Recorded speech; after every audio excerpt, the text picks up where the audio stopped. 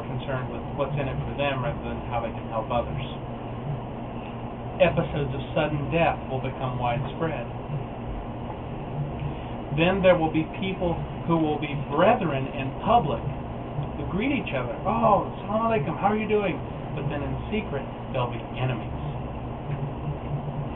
When a man obeys his wife and disobeys his mother, treats his friend kindly while shunning his father. When voices are raised in anger in the mosques, and this is a very specific hadith showing one of the minor signs of the end of days, the people of Iraq will receive no food and no money due to oppression by the Europeans. A tribulation will enter everyone's home. The leader of a people will be the worst of them instead of being the best. Leaders of people will be oppressors.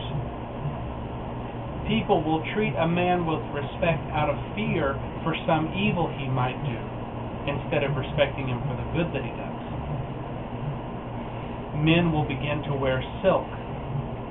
And again, silk is typically in Hadith, when it talks about silk and men, it's talking about feminine persuasion. When one of the last of the Ummah begins to curse the first ones. So we may see another sect arise in Islam where they begin cursing the Sahaba. There is already a very small minority group that does that, and I'm not going to name because I don't want to start arguments, but the fact is that they do exist. People will claim to follow the Qur'an, but will reject Hadith and Sunnah. And I don't know how many of you folks know this, but there is a group of Muslims, a splinter group of Muslims. They call themselves Qur'an only, and they reject all Hadith. They say all Hadith are lies, and they only go off of Qur'an. This is a very harmful bid'ah, and I would strongly encourage all of you guys not to fall temptation to this. The Qur'an and Sunnah are to be held in the hearts of Muslims. You can't reject one. People will believe in the stars, meaning astrology. Now, astrology, horoscopes, all that kind of stuff. I mentioned last week about this. This is a form of shirk. Doing horoscopes and believing in astrology is shirk, and it is an unforgivable sin, folks. As Muslims, we cannot participate in this. Don't do it. But look at the newspapers, and you'll see every major newspaper in the world, except for, alhamdulillah, a lot of, almost all Muslim and newspapers in Muslim countries don't print these. But nearly every regular newspaper in the world has horoscopes. People will reject al-Qadr, which is the divine decree of destiny. People will say, no, I make my own destiny. Allah does not make my destiny. This is what people will say before the end of days. People say that now. Time will pass rapidly. Good deeds will decrease. Wealth will increase so much that if a man were given $10,000, he would not be content with it. A man will pass by a grave and wish that he was in their place. Earthquakes will increase. The appearance of false messengers. I mentioned earlier in the program, there will be 30 Dajjals before the Masih of Dajjal. Some of these false messengers, I can't really say for certain which ones are which, but there are individuals that have claimed to be Imam Mahdi and were not. They've misled people. Those people could be among the 30 Dajjal. It could be people that have started these, what do you call them, suicide cults, things like that. The guy that started the Scientology church, you know, all the people that start these deviant thoughts and turn people away from the worship of Allah. There's going to be 30 of these, and I only have to assume that these Dajjals would have to be people that lead a great number of people away. So it could be very, very easily people like people like the founder of Scientology could easily be one of those. Now, the next hadith, I was really surprised when I read it because it so describes situations today, in my opinion. It says, women will be naked in spite of being dressed, and these women will be led astray and will lead others astray.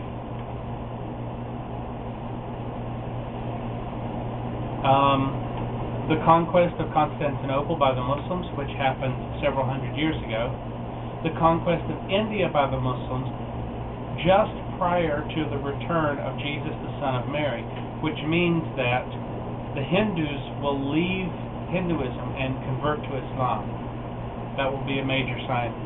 Well, it's technically a minor sign, but I think it'll be one that we could all recognize. There will be a special greeting for people of distinction. You can't just say hi to them, you have to say something else. Two large groups, which follow the same religious teaching, will fight each other with large numbers of casualties. Make that what you will. You can think what you want on that. Wild animals will be able to talk to humans. Now, I know that sounds kind of crazy, but think about all the work that's been done to have chimpanzees and dolphins learn to communicate with people. A man will leave his home and his thigh or hip will tell him what is happening back at his home. Now, I read this, and the first time I read this I thought, well, that's kind of silly. But then I realized, where do people carry their cell phones and pager? On the thigh or hip. And this is the authentic hadith by Rasulullah sallallahu alaihi wasallam. A man will leave his home and his thigh or hip will tell him what is happening back at his home. Years of deceit in which the truthful person will not be believed and the liar will be believed. I don't know, maybe that's talking about tabloids on the grocery store rack. I don't know. Bearing false witness will become widespread. And then, when men lie with men and women lie with women, is another sign. Trade will become so widespread that a woman will be forced to help her husband in business. How many women have to leave the home to help raise an income because one parent, one member of the household earning an income just isn't enough? A woman will enter workforce out of love for this world, which means out of greed. Arrogance will increase on the earth, and family ties will be cut. There are some other signs that are in other hadith. I did not include them because the hadith don't have a strong chain of narration as the ones that I've listed tonight do. So if I've missed some that you know from your own reading and your own research, don't think that I just missed it. I probably cut it out on purpose. So at the end of all these minor signs will become the major ones that we talked about in the beginning of the program. No doubt many of you listening are realizing that a large number of these minor signs have already happened. But I want to caution you, don't be tempted into trying to determine the day or the hour that will begin the day of judgment. Only Allah subhanahu wa ta'ala knows the time when this will come to pass. Rasulullah sallallahu alayhi wa sallam did not know. The Prophet Isa alayhi salam did not know. And Jibreel, who is a servant of Allah since the beginning of creation, Jibreel himself did not know. None of us can guess. So next week, we'll spend more time talking about what will happen on the Day of Judgment and how Allah will pass His judgment on all of mankind.